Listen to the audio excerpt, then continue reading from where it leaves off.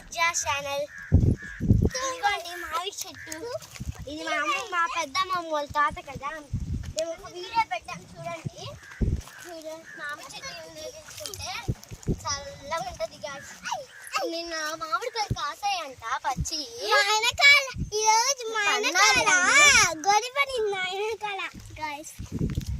అంటే ఈ అంతా నీళ్ళు పోయాలి గైస్. మాతో కాదు, ఇక్కడ సీడ్స్ వేయాలంట.